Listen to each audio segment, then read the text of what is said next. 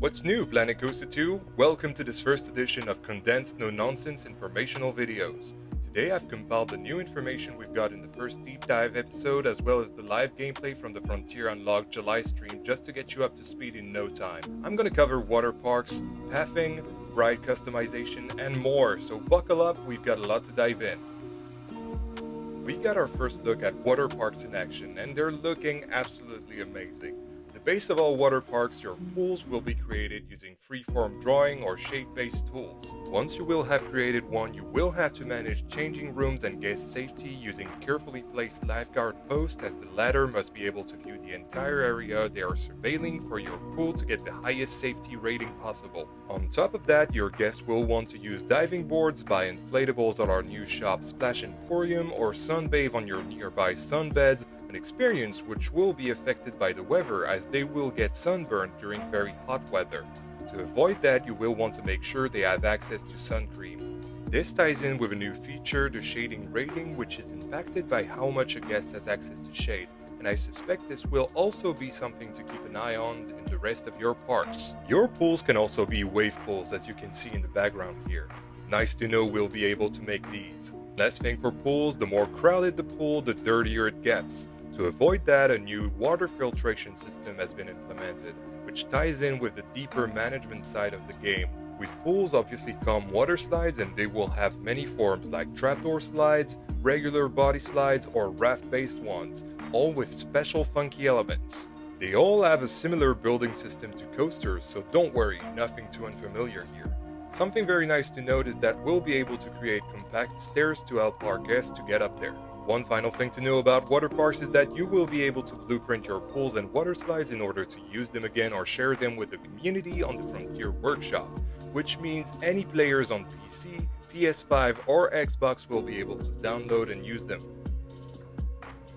Next up, we got a very good look at pathing in the Frontier Unlocked live gameplay segment. Basically, if you remember what I said about pools being able to be created using freeform drawing and shape-based tools, this is pretty much the same system in addition to what we already knew from the original Planet Coaster. This allows us to create realistic plazas, and that's not all, because on these plazas you will be able to place flat rides, coasters, pools, water slides, shops, queue lines, and many other things, I'm sure. Point is, the pathing system has had a massive overhaul, and it looks like it's become exactly the thing we needed it to be. On top of that, not only will we have several types of textures to work with, but the paths look like they are flexi-colored too now. No need to cover our ugly paths anymore, and better yet, we will now be able to include pathing in our blueprints, making them much more interesting to share and easier to place down, because this applies to literally any type of blueprints. Speaking of blueprints, we got our first good look at blueprinted ride customization with a new flat ride type, the Monsoon Chutes. This is what the regular version of the ride looks like, but we also have a look at one using the aquatic theme and one using the resort theme.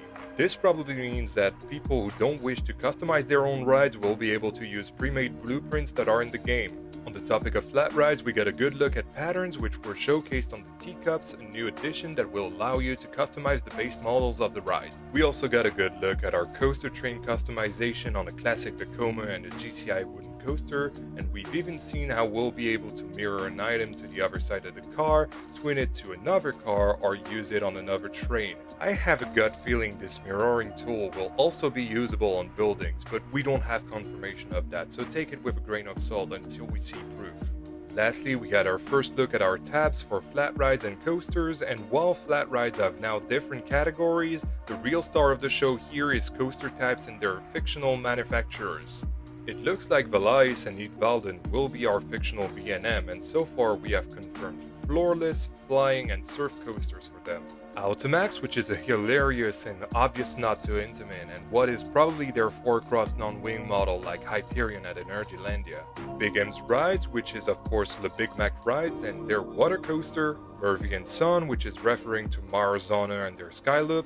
And Kingdom Isle with a wooden coaster, which doesn't have any similarity with any manufacturer name, but I'm going to speculate the name refers to King's Island, and therefore their GCI wooden coaster Mystic Timbers. Now that might not seem like a lot of coasters, but we were told this build was made for Gamescom, so to anyone going there this month, congratulations, you will be some of the first people to play Planet Coaster 2. Before we wrap up the ride section of our newsflash, one last thing to mention is that we see the return of familiar coaster tabs such as chain lift, launched, suspended, wooden, wing, water, and special, but we also see a new tab that makes an appearance, which is the alternate lift. Now this could mean anything from booster wheels to actual elevators, so manage your expectations until we see more of what is inside that tab. To close our first edition of What's New Planet Coaster 2, here's a few facts that we've learned from what was said or shown. Firstly, we've unfortunately learned that hotels will not be making a return in this game. Whether they are planned to arrive in an update, a DLC, or never at all was not mentioned. Console players will be limited by the complexity meter, which PC players will have to take into account if they want their creations to be console friendly. But if they don't want to make them so, PC has virtually no limits. We've seen 4 new mascots: Queen Splash, a female water park themed king coaster looking character, Body, a surfing shark, Sandy Reef, a deep sea diver looking for a creature that is actually hanging out on his back, it's really cute, and Saguaro Guitarro, a cactus with a guitar. I cannot make this up. That's all the Planet Coaster 2 I've got for you, but subscribe to get all the info you need next time we get something new. This has been Yan, and I'll see you in the next edition of What's New Planet Coaster 2.